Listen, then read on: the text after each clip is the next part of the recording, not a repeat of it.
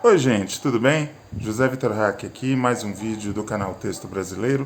Hoje falando sobre o final da novela Sonho Meu. Sexta-feira se encerra a reprise, a primeira reprise dessa novela, que apesar de ser uma novela que traz uma lembrança doce para quem era criança na época, é uma novela que deixou uma lembrança meio amarga em muita gente que fez, principalmente nos atores. Foi uma novela muito conflituada, feita de afogadilho, com muitas dificuldades no seu andamento, mas que foi um grande sucesso de audiência e que repercutiu muito bem e trouxe bastante alegrias para quem fez, apesar dos dissabores no decorrer do caminho. É sobre isso que nós vamos falar no vídeo de hoje.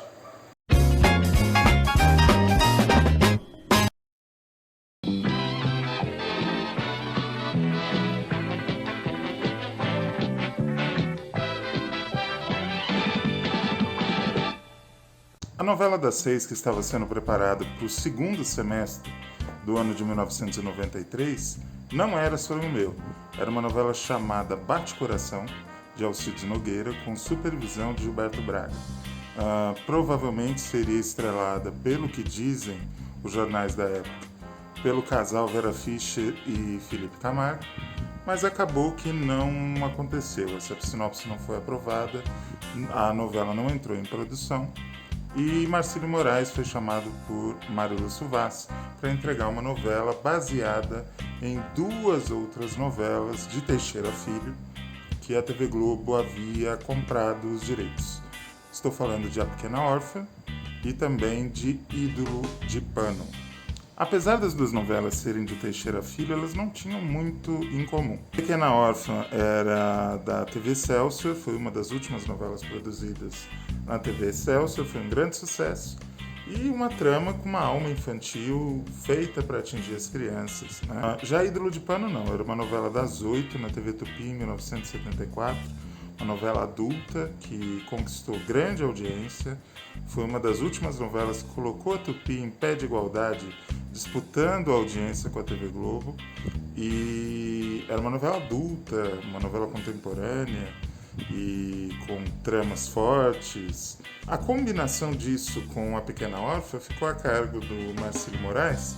Ele pegou a trama principal de A Pequena Órfã e enxertou na história de Ídolo de Pano, transformando a mocinha da história, que na novela Ídolo de Pano foi feita pela Helene Cristina, quem fez em 1993 foi Patrícia França, transformando essa protagonista na mãe da Pequena Órfã, e aí sim inserindo o núcleo infantil na história adulta. Acabou por ficar um híbrido, uma novela que as crianças se lembram como muito infantil e os adultos se lembram da história adulta, né? Conseguiu uma coisa meio rara em novelas, que é juntar adultos e crianças na frente da televisão, assistindo o mesmo produto e se divertindo com ele.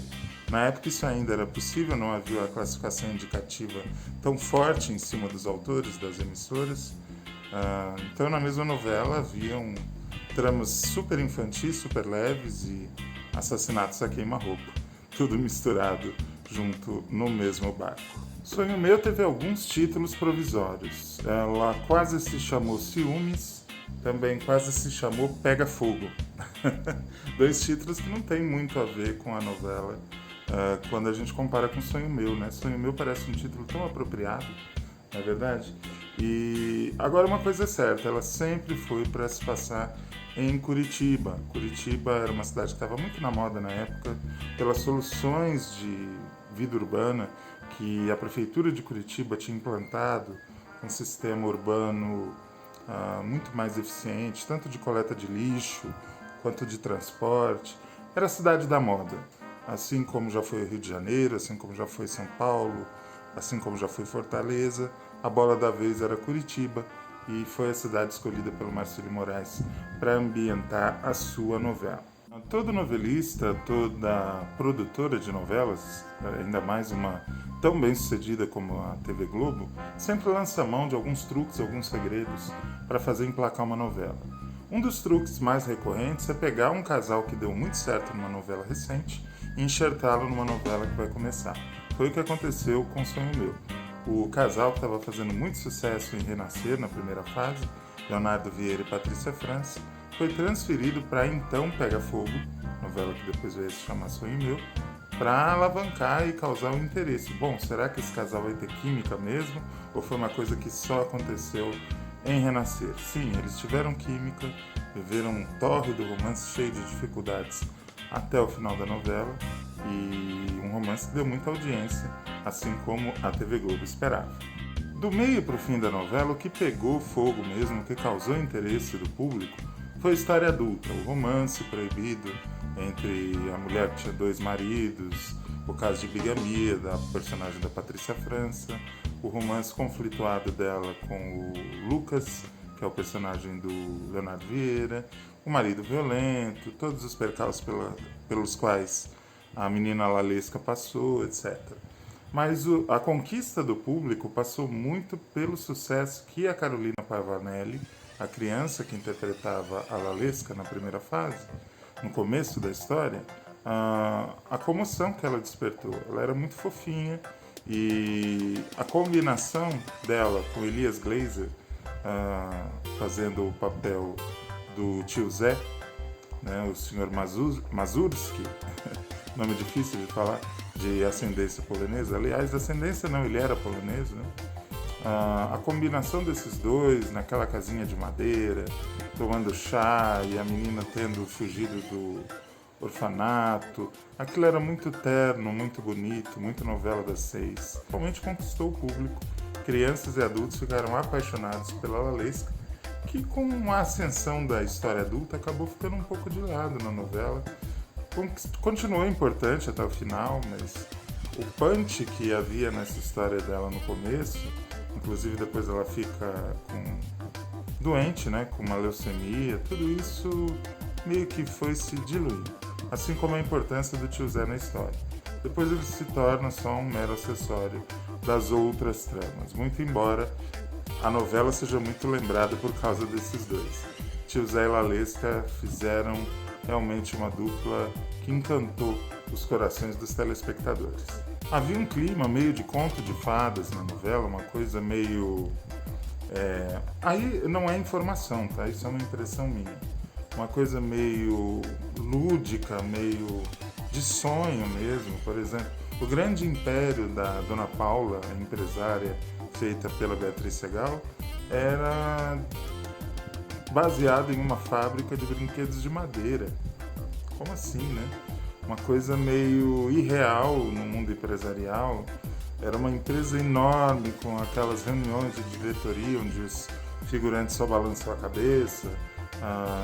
Aquela empresa bem clichê, que poderia muito bem ser um estaleiro, uma siderúrgica, mas não, era uma fábrica de brinquedos no Paraná, enfim, era uma coisa completamente irreal, completamente descolada da realidade. Era para você sonhar às 6 horas da tarde e passar ali 1 hora num universo que nitidamente não existe e que foi feito apenas para o entretenimento.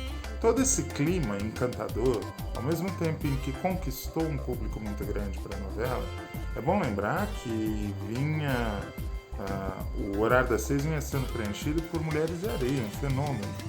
Então se entende que o Marcílio tenha vindo para a disputa da audiência com armas e bagagens, com tudo o que ele poderia trazer de mais pesado para a disputa pelo coração do público.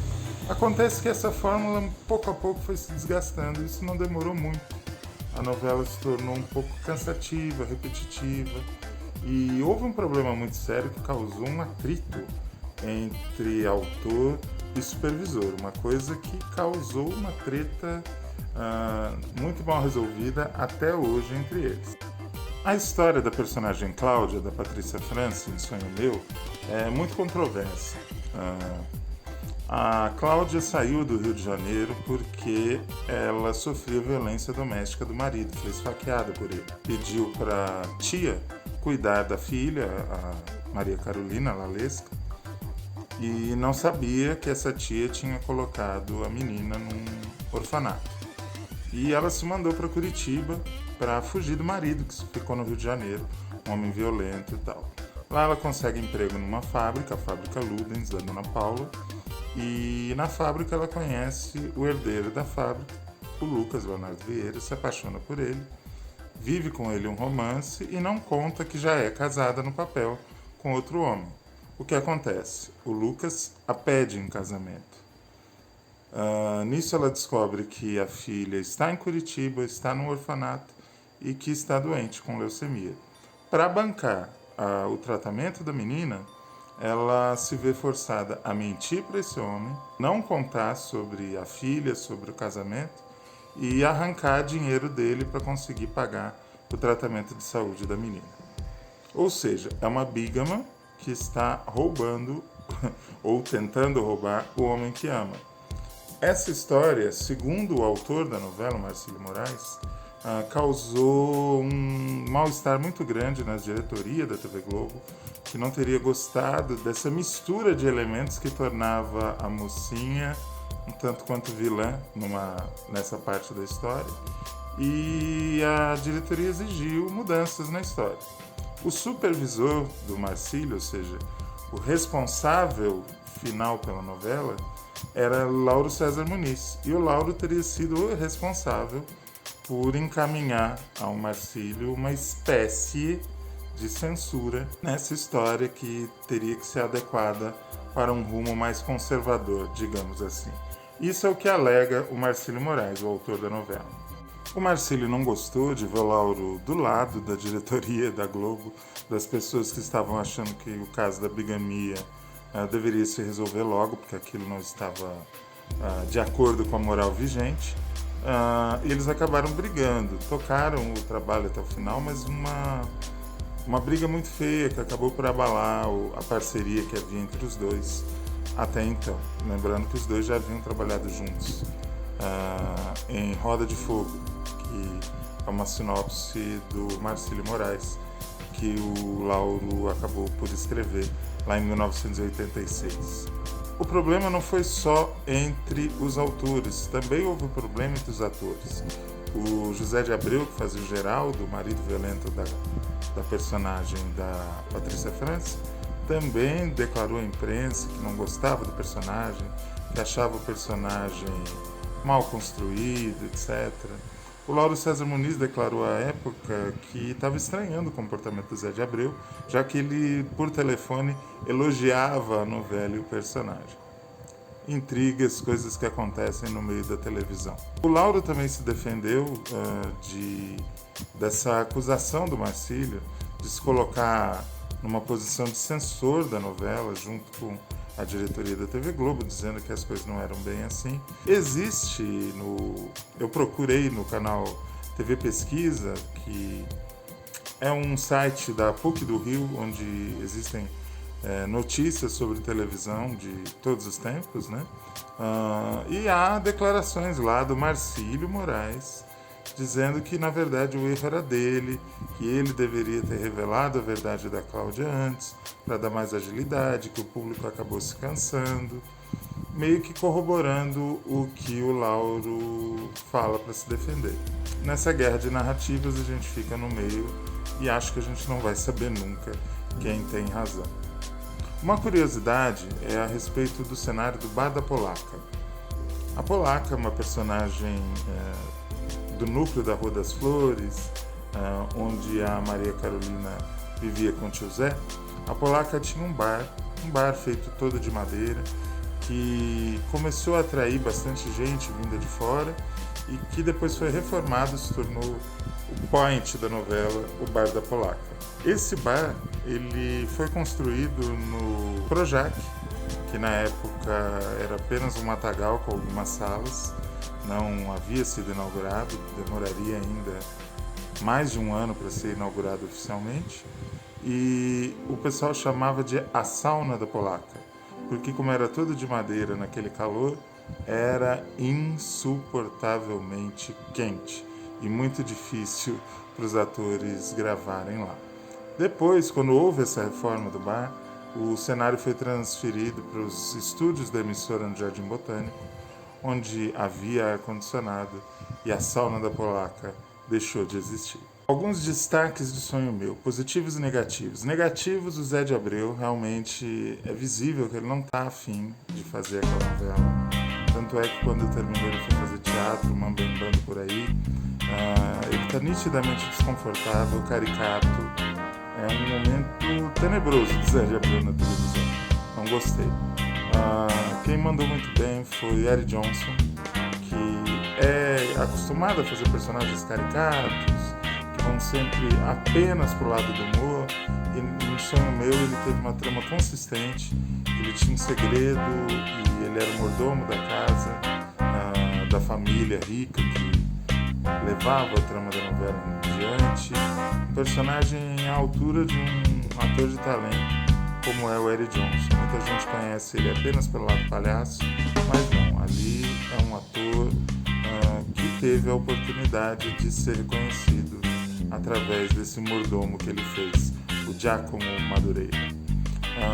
Outros destaques, Patrícia França, que pegou uma personagem muito difícil, uma trajetória muito acidentada e conseguiu dar dignidade, fez um trabalho muito bom. Carolina Pavanelli, encantadora como a menina Lalesca, infelizmente não prosseguiu na carreira, hoje é uma pedagoga, uma educadora, escritora, faz tudo menos trabalhar com televisão. Não sabemos se o talento dela permaneceu com a idade, mas é uma pena porque ela era muito promissora, se emocionava com muita facilidade, uma atriz mirim, nota 10. Aliás, é importante que se diga, nessa reprise do Viva, eu encarei Sonho Meu como uma novela inédita, porque na época eu já trabalhava, eu não acompanhei Sonho Meu. Eu via Sonho Meu de vez em quando, aos sábados e tal. Vendo a novela agora durante essa pandemia, eu pude verificar o quanto poderiam ser boas as novelas infantis do SBT se elas tivessem meio que a fórmula de Sonho Meu. Uma divisão mais igualitária entre o que é adulto e o que é infantil, e um pouco menor, né? Sonho Meu não chega a ter 200 capítulos, as novelas do SBT têm 400, 500, 600 capítulos, enfim. Daria para manter o filão de novelas infantis sem apelar tanto para a paciência do público.